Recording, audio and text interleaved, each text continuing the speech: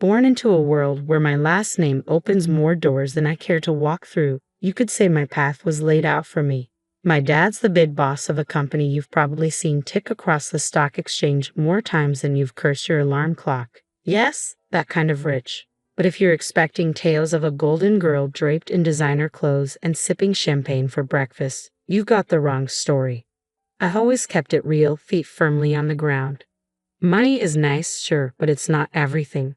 I chose a different path, one that's led me to places money can't buy and experiences no gold card can fetch. Charity work, helping those in need, and living the life that's, well, ordinary. That's me, Jessica, not the heiress, just Jessica. One of those typical evenings found me and my friend Sarah at a downtown dive, the kind where the beer's cheap and the lights are dim enough to hide your regrets. Sarah was hyped up about some guy she met online. You've got to meet him, Jess. He's totally your type, she insisted. My type? Since when did she decide she knew my type? We were there when in walked Alex. Definitely not Sarah's online prince, but another dude. He was there with friends, looking out of place like a cat at a dog show. He wasn't dressed to impress, just a simple tee and jeans, but his easy smile lit up the room. We started talking, and it was refreshingly easy. He worked as a manager at a place I'd never heard of, but he spoke about it with a passion that was kind of infectious. You really dig your job, huh? I asked, sipping on my third beer. Absolutely, Alex said, leaning in. Every day's a challenge, but hey, I'm not here to bore you with work talk. What about you? Sarah mentioned charity work. I shrugged, trying to downplay it. Yeah, a bit of this and that, just trying to do my bit, you know? That's cool. Really cool, he said, genuinely not trying to impress me but meaning it. The night rolled on, and Alex and I stuck together, chatting about everything and nothing. It was refreshing to talk to someone who wasn't trying to sell me on an investment or brag about their latest acquisition. As the night wound down, Alex got this look like he was working up to something. Hey, Jessica, I know this is kind of forward, but would you want to grab dinner with me sometime? Just us? He asked. I felt a mix of surprise and excitement. Sure, I said, trying to sound cool. I'd like that. On the way home, Sarah was all giggles. I told you so. I just smiled, thinking about the evening. Alex was a breath of fresh air in my often too stale world. Little did I know how much things were about to change. Soon, going out turned into hanging out at each other's places. Mostly my cozy apartment because Alex's roommates were a circus and a half. One evening, sprawled on the couch after devouring what might have been the world's most average taco pizza, Alex turned to me, his eyes serious but his tone light. Jessica, how do you feel about making this a more permanent arrangement? He asked, crumbs still clinging to the corner of his mouth. I raised an eyebrow. You proposing we split a Netflix account or something more along the lines of eh? He chuckled, brushing off the crumbs. Well, I was thinking more like a life together. But hey, we can start with Netflix. The simplicity of it, the straightforwardness, no grand gestures or dramatic backdrops, just us in our element. It felt right. Alex, if you're asking what I think you're asking, yes, 1,000 times yes. And just like that, with the aroma of cheap pizza as our witness, we decided to tie the knot. It was swift, sure, but when you know, you know. Telling our families was the next hurdle. My folks, always about the as long as you're happy mantra, were put to the test. Dad, with his business empire, and Mom, the socialite, had visions of me settling down with someone more in our circle. I broke the news over dinner. The fancy kind where you're not sure which fork to use for the salad. Mom, Dad, I'm getting married to Alex, I said, the words tumbling out in a rush. Dad paused, fork midair. Alex, the manager chap? Well, that's quick. Mom smiled a bit too tightly. Dear, are you sure? This is rather sudden, isn't it? But I was firm. Yes, I'm sure. He's amazing, and we're really happy together. Their skepticism was palpable, but so was their love. Well, if he makes you happy, darling, Mom conceded, and Dad nodded in agreement. Alex's folks were a whole different ballgame. We went over to their place, a cozy little house that always seemed to smell like fresh cookies or something equally comforting. Judy and Martin welcomed me like I'd always been a part of the family. Alex tells us you're setting a date, Martin said, passing me a plate of those infamous cookies. Yes, we're thinking sooner rather than later. Small ceremony, nothing fancy. I replied, trying to gauge their reaction.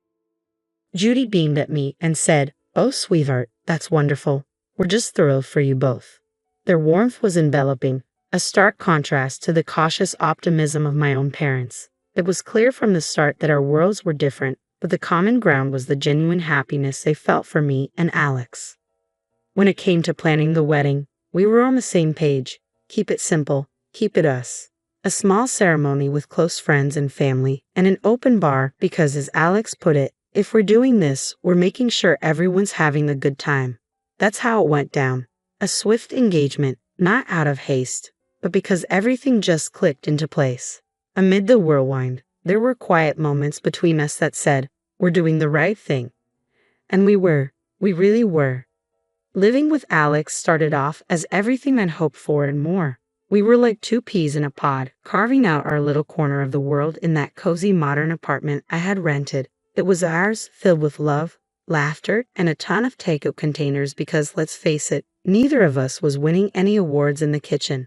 It wasn't long before I began to notice how Alex's parents, Judy and Martin, had a way of dropping hints about things they liked or needed whenever they visited. At first, it was subtle, almost charming.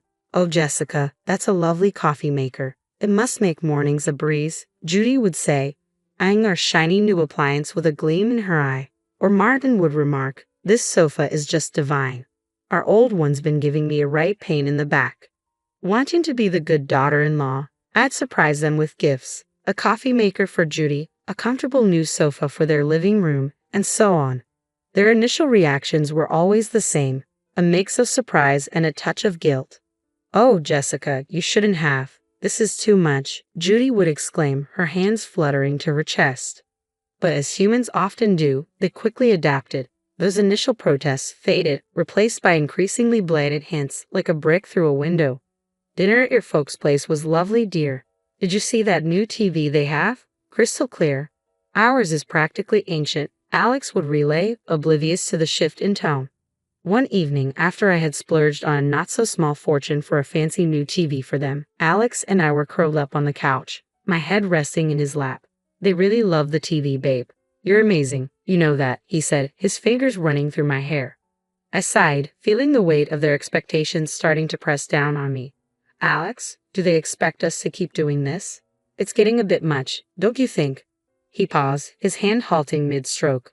"What do you mean? They're just happy, that's all." "Happy or taking advantage?" I pushed back, sitting up to look at him. "It feels like we're their personal shopping service." Alex looked taken aback, his brow furrowing. "They're not like that, Jess. They're just not used to nice things, that's all." "But where does it end, Alex?" I argued, frustration creeping into my voice. "It's like they've got a taste for it now, and they're not looking back." The conversation ended with an uneasy truce, but it was clear we were on different pages. Judy and Martin's gratitude had turned into entitlement, and it was straining our relationship. Straining me. I loved Alex, but I wasn't about to become a bottomless ATM for his parents. When my dad's company hit the skids, it felt like the rug was yanked out from under my feet. That cushy life, poof, gone. And with it, the whole dynamic of our relationship took a nosedive. The shift wasn't gradual. It was like flipping a switch from daylight to darkness. I had to break the news to Alex and his folks, and let me tell you, it was a conversation I'd been dreading. "Listen up, things are going to get tight. Dad's company's tanking, and well, we're in for a rough ride," I said, trying to keep my voice steady, but the tremor in it betrayed my nerves. Alex's reaction was a gut punch. "You're kidding me, right? What do you mean things are going to get tight? You're telling me we can't live like we used to because of your dad's mess?" His words were like ice, and for a moment, everything felt frozen in place. I wished the floor would swallow me whole. Judy and Martin's faces were no better, disappointment barely masked. "This is quite the situation you've put us in, Jessica," Martin said, his tone dripping with reproach. Just like that, the warmth and camaraderie we once shared evaporated, replaced by a cold expectation that I was somehow to blame for my family's financial downturn.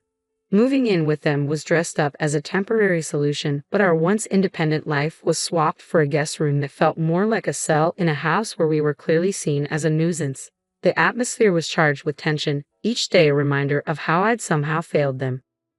"We're cutting back on everything because of this," Judy would remind me sharply as she served dinner, which was a far cry from the lavish meals we used to enjoy. Martin was always quick with a comment on saving costs. "Make sure those lights are off. We're not running the charity here," he'd say. But Alex was the hardest to bear. The man I had married seemed to have vanished, replaced by someone who saw me as a letdown. Can't you do something? Talk to your dad. It's like you don't even care that we're living like this, he'd snap, anger flaring over the smallest things. Our conversations, once easy and filled with future plans, had become minefields. Every word I said felt like a potential trigger for another outburst. I thought marrying you meant security, not this. This struggle, he'd throw at me during arguments, his words slicing through me. It was clear we weren't just dealing with financial stress. This was a test of our relationship, a revelation of true colors under pressure. I was stuck in the middle, battling disillusionment from my husband and his parents while grappling with my own sense of failure. Judy's birthday dinner was supposed to be a cozy family affair at an upscale restaurant, a break from the constant tension. Instead, it turned into the showdown of a lifetime. I should have seen it coming, given how things had been going at their place. We were all seated, menus in hand, and I was doing my best to keep the peace and blend into the background. That plan was obliterated the moment the orders started flying.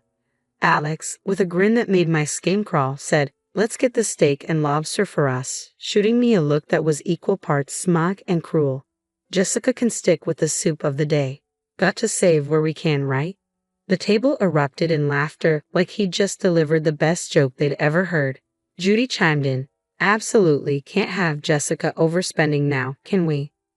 I felt a surge of heat, pure fury, not embarrassment. "Really? Soup? Is this some kind of sick joke?" My voice was sharper than I'd intended. "Oh, come on, Jessica, it's just a bit of fun," Alex said, his smirk still firmly in place. That was when I lost it. Fun. This is your idea of fun. When the chips are down, you just show how petty you really are. I can't believe I fell for your act. The entire restaurant went silent, all eyes on us. I didn't sit back down. Keep your fancy dishes and pathetic jokes. I'm out. I stood up so abruptly that my chair nearly toppled over, the noise echoing and drawing more attention. Alex reached out, trying to play peacemaker. "Jessica, don't. Let's not make this a scene." "A scene? You think I care about making a scene after that stunt? This is about respect, something you clearly have none of." I yanked my arm free and headed for the exit, the weight of their stares heavy on my back. Stepping out into the night felt like breaking out of prison. My phone was blowing up. Alex, no doubt, trying to do damage control. I ignored the buzzing of my phone, my mind made up. I drove back to their place, a storm of emotions brewing inside me. How had things soared so quickly? Alex and I had been a team, or so I thought. That dinner had been a slap in the face, a wake-up call I couldn't ignore. Back at the house, I packed my bags with a speed fueled by frustration. Each folded shirt felt like a reminder of the life I was leaving behind. It wasn't just about leaving a place, it was about walking away from a relationship that had shown its true colors. I turned off my phone, cutting off the barrage of messages. The silence that followed was eerie, but welcome. That night wasn't just the end of a disastrous dinner. It marked the closing of a chapter I had no interest in revisiting. After the chaos of Judy's birthday dinner, I found myself driving to my parents' house. The night was quiet, a stark contrast to the storm raging inside me. By the time I pulled into their driveway, my decision was clear. I needed sanctuary, but more than that, I needed advice, something only my dad could offer. Walking into the house, the familiar surroundings were both comforting and jarring. Mom was asleep, but Dad was in his study, surrounded by papers that seemed less important the moment I walked in. "Jessica, what are you doing here at this hour? Is everything okay?" he asked, standing up with a look of concern. I took a deep breath and let the events of the evening pour out in a flood. I told him about the dinner, about Alex and his parents, and how I felt reduced to nothing more than a source of income for them. Dad listened in silence, his expression hardening with every word. When I finished, he sighed, a sound heavy with years of experience and a hint of sorrow. "Jessica, I saw this coming. I just hoped I was wrong," he said, his voice steady but filled with empathy. "How could I have been so blind, Dad? I thought Alex and I were different," I said, feeling the weight of my naivety. He walked over and put an arm around my shoulders. "You wanted to see the best in him, in them. There's no fault in that. But people show their true colors in tough times. It's a hard lesson, but an important one." I nodded, letting the reality of Dad's words sink in. "But what do I do now?" I asked. "I can't go back there." You'll stay here for now, he said, his confidence a steadying force for my frayed nerves. As for the rest, we'll figure it out together. Then he dropped a bombshell that took me by surprise. You know, the company situation isn't as dire as it seems. We're actually on the verge of a breakthrough. It was all a strategic move to weed out the opportunists. I stared at him, stunned. So you mean to say we're not broke? He chuckled, a sound that was part relief, part amusement. Far from it. But it was crucial to see who would stick around when times got tough. Unfortunately, Alex and his family revealed their true colors. The revelation was overwhelming. My anger toward Alex and his parents was now tinged with a sense of vindication. They had shown their true motives, freeing me from a future of manipulation and deceit. Dad, I don't know whether to be relieved or furious, I admitted, my emotions in turmoil. Both is okay, he said, grounding me. But remember, this experience has taught you something invaluable about people and their intentions. Use it. Learn from it. The next day, walking up to Judy and Martin's house felt like heading into the lion's den. I was braced for a confrontation, but nothing could have prepared me for the cold reception I received. Alex was there, divorce papers in hand, with a look of triumphant disdain. Here you go. Let's get this over with, he said, practically shoving the papers at me. His parents loomed behind him, barely containing their glee at finally ridiculing the freeloader. Judy snickered while Martin nodded in agreement, a smug smile plastered on his face. Alex joined in. Turns out you're just an ordinary dummy without your daddy's money. Thought you'd cry, but guess what? We don't need a tearful mess around here. Their words stung, but not in the way they had hoped. I felt a bizarre mix of anger and liberation. I looked at the papers, then at them, and without a word, signed where needed. Their smiles widened, thinking they had won, but I had the last laugh. I pulled out a newspaper from my bag and slapped it down on the table with more force than necessary. Thought you might find this interesting, I said, my voice dripping with unrestrained satisfaction. The headline screamed about my dad's company making a monumental comeback, profits soaring higher than ever. Watching their faces drain of color was a sight I'd pay to see again. Judy and Martin's smugness vanished, replaced by shock and then desperation. Alex's arrogance crumbled, leaving him looking like a child who'd just lost his favorite toy. Judy suddenly switched gears, stepping toward me with arms wide open. Oh, my sweet girl, it's all a big misunderstanding. Let's hug it out. Martin, ever the opportunist, chimed in. Let's not rush things. Sit down, have a coffee, and we can talk this through. And Alex. Oh, Alex. Was the picture of regret. I was wrong, I said, a hint of incredulity in my voice. Okay, we can fix this. I want to make everything right. Please. Their sudden change of heart was almost comical. Almost. I couldn't help but laugh, a deep, hearty sound that felt surprisingly cleansing. You three are something else, you know that. But here's a newsflash for you. I'm done. I'm done with the lies, the manipulation, and the so-called family that only values me for my bank account. I turned to leave, their protests and pleas fading into the background. They called after me, desperation and disbelief lacing their voices, but I didn't look back, not this time. After the spectacle at Judy and Martin's house, I was finished, not just with them, but with the whole sorry saga that had become my life. I needed a fresh start, a clean slate. I took some time to regroup at my parents' place, focusing on getting my head and heart back in the game.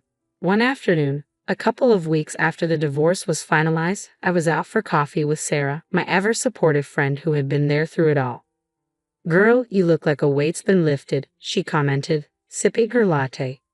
I laughed, feeling lighter than I had in months. You have no idea. It's like I can finally breathe again. Sarah leaned in, her expression turning serious. So what's next for you, Jess? You've got a clean slate now. I stirred my coffee absent-mindedly, contemplating. I'm not sure, but I'm excited to find out. Maybe I'll travel, pick up some of the charity work I had to put on hold. As for love, I paused, giving her a rueful smile. I think I'll give that a miss for a while. Just make sure you're doing what makes you happy, okay? You deserve it after all that drama, Sarah said, reaching over to squeeze my hand. Thanks, Sarah. That's the plan. Not long after that conversation, my phone started buzzing with calls and messages from Alex. He was pleading, saying he changed and that we could start over. His parents even joined in, sending messages filled with apologies and invitations to talk things over. Sitting in my room, phone in hand, I couldn't help but laugh at their sheer audacity. It was almost admirable. Almost. I typed out a response I'd been mulling over for days. Moving on means moving forward, not going back to what broke you. I wish you all the best, but this is where our path ends for good. Take care. Hitting send felt like closing the final chapter of a book I'd been stuck in for too long. Just like that, I was ready to start writing a new one. The next few months were a blur of activity. I threw myself into my work, took up volunteering with a vengeance, and even booked a solo trip to a place I'd always wanted to visit. Life was full, and for the first time in a long while, it was fulfilling too. One evening, sitting on a balcony overlooking a bustling street in a far-off city, I realized I'd found what I'd been searching for all along: peace. The drama, the heartache, and the betrayal seemed like distant memories. My phone buzzed with a new message from a number I didn't recognize. Hesitantly, I opened it. It was from someone I'd met during my travels, someone who made me laugh and think in equal measure. "Hey Jessica, how about dinner when you're back?" No expectations, just food and good company. I stared at the message, a smile slowly spreading across my face. Maybe it was time to open my heart again, but on my terms and at my pace. "Yes, I'd like that," I typed back, hitting send before I could second-guess myself. Looking out at the city lights, I felt a sense of excitement for the future. I had moved on, not just from Alex and his family, but from the person I was when I was with them. I was stronger, wiser, and ready for whatever came next.